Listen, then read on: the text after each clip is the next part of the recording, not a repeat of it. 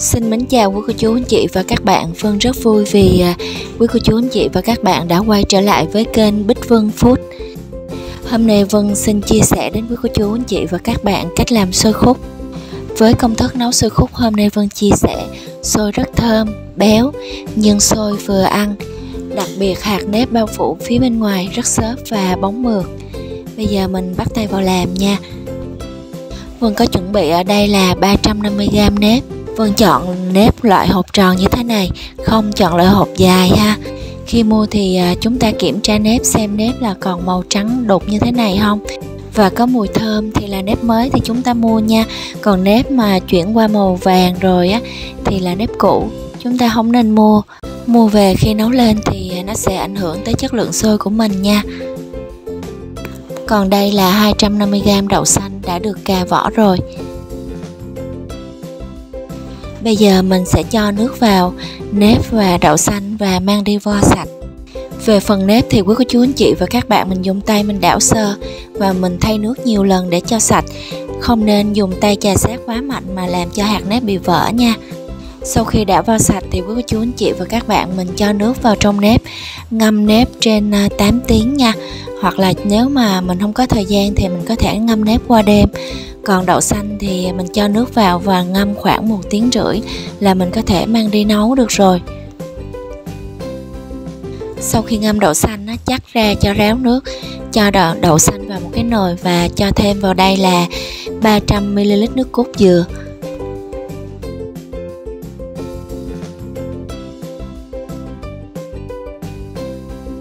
Thêm vào nồi đậu là nửa muỗng cà phê muối và bắt lên bếp nấu trên lửa vừa. Thêm nước cốt dừa vào trong nhân đậu xanh làm cho nhân của chúng ta thơm và béo hơn đó quý cô chú anh chị và các bạn.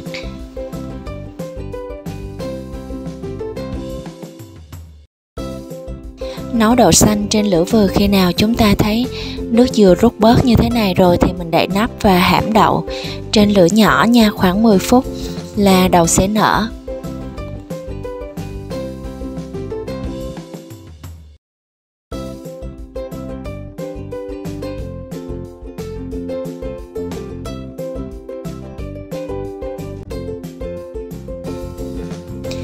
Sau 10 phút thì mình kiểm tra đậu nè, đậu nở vừa tới, không có bị ướt mà cũng không bị khô nha.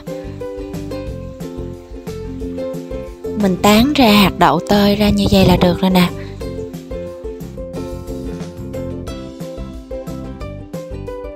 Chuẩn bị một cái chảo, cho vào đây là 30ml dầu và cho thêm 30g hành tím đã được bào sẵn đó. Mình phi thơm cái phần hành tím này lên ha. Khi hành thơm vàng cho đậu xanh vừa nấu vào sên. Vân có chừa lại một chút xíu đậu xanh vừa nấu xong, để tí nữa chúng ta sẽ rắc cái phần đậu xanh này lên trên cái viên xôi thì nhìn cái viên xôi nó ngon và nó hấp dẫn lắm. Nêm thêm vào chảo đậu là 1 muỗng canh đường và 1/2 muỗng cà phê tiêu.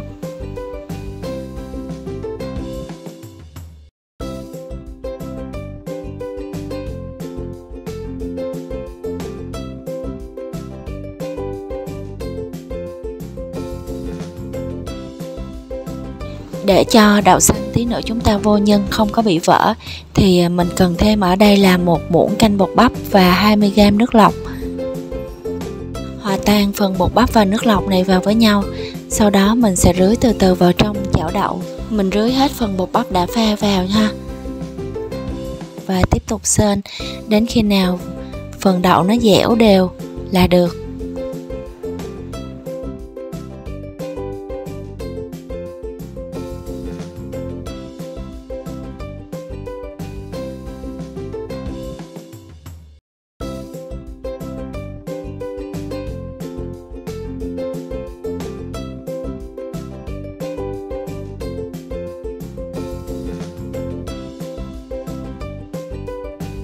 Còn đây là 200g thịt bằm và 30g hành tím đã được Vân sắc lát. Vân cho vào chảo là 30g vào dầu ăn và mình cho cái phần hành tím này vào phi thơm. Khi hành tím đã thơm thì mình cho thịt vào xào.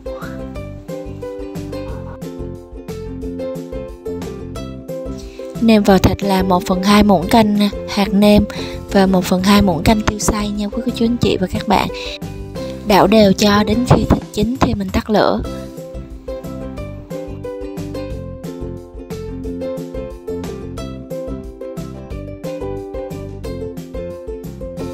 Đây là phần bột của xôi.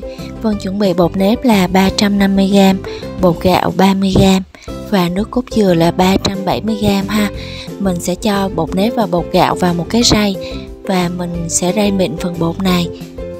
Bột trong quá trình mình để đó thì bột nó sẽ hút ẩm và sẽ bị vón cục lại. Chúng ta rây sẽ giúp loại bỏ những cái hạt bột đó ra, làm cho bột bánh mịn hơn. Để trộn bột, Vân sẽ nấu nóng phần nước cốt dừa này lên là khoảng 80 độ nha. Chỉ 80 độ thôi, chúng ta không cần phải nấu sôi. Nước bắt đầu lăn tăn lên như thế này thì mình tắt lửa nha. Vân sẽ cho vào bột là một vài giọt màu thực phẩm màu xanh. Cho phần nước cốt dừa vừa nấu xong vào trong bột và bắt đầu mình nhồi bột nha. Mình sẽ rưới từ từ như thế này. Mình cứ rưới và mình trộn bột đến khi nào quý cô chú anh chị và các bạn mình thấy bột trở thành một khối đồng nhất dẻo mịn thì mình ngưng.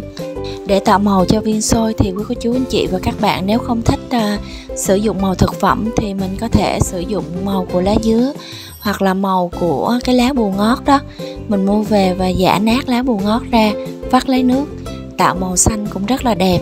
Nhưng do công thức hôm nay Vân chia sẻ, Vân sử dụng nước cốt dừa để tạo độ béo cho viên xôi đó, nên là Vân không có sử dụng màu lá dứa hoặc là màu của lá bùa ngót nữa.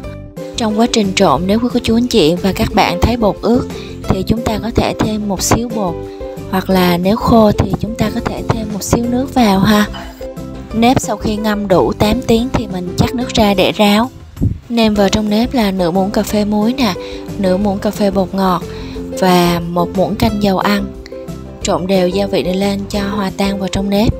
Nêm như vậy thì xôi sau khi nấu nếp rất bóng và hạt nếp không có bị lạc ha. Nhân đậu xanh sau khi nấu xong thì Vân cân được là 600g.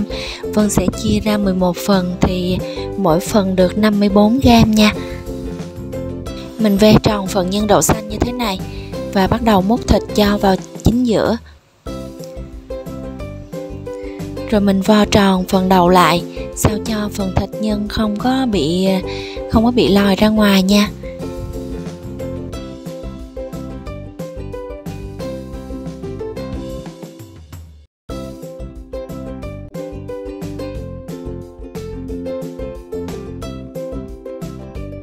Về bột, sau khi mình nhồi xong đó, Vân cũng cân được là 680g. Mình chia cho 11 phần thì mỗi phần là 60g ha.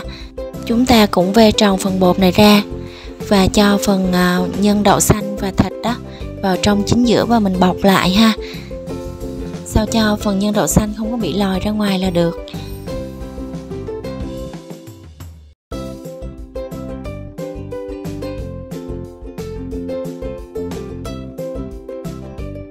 Tùy theo quý cô chú anh chị và các bạn thích viên xôi của chúng ta to hơn hoặc là ít hơn thì quý cô chú anh chị và các bạn có thể gia giảm lượng nhân và bột theo sở thích nha.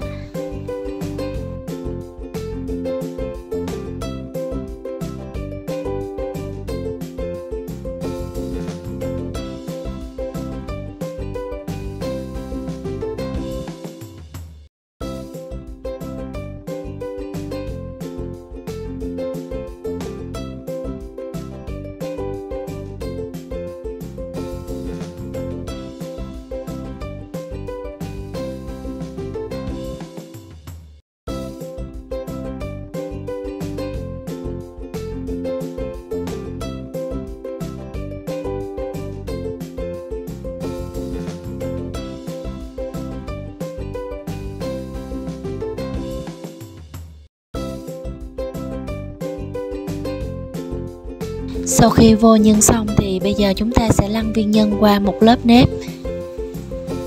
Mình lăn cố gắng sao cho nếp nó bám vào trong viên xôi nhiều một chút nha.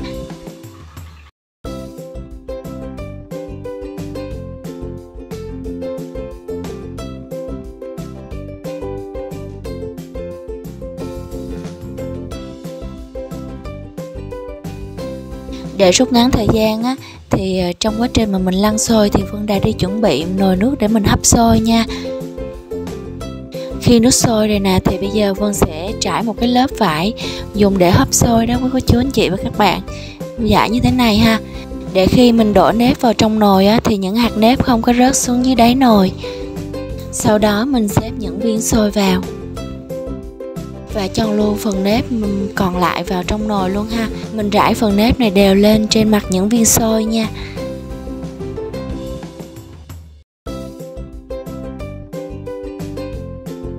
Cho vào phần nước hấp á, một bó lá dứa, sau đó bỏ sửng xôi lên. Và phía trên mặt của sửng xôi chúng ta cũng cho thêm một bó lá dứa nữa nha. Đậy nắp nồi sôi lại, hấp xôi trên lửa vừa là 50 phút nha. Sau 50 phút dỡ nắp ra nè.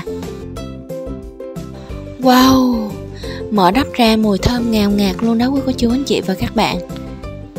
Xôi dẻo xốp ngon ghê chưa nè.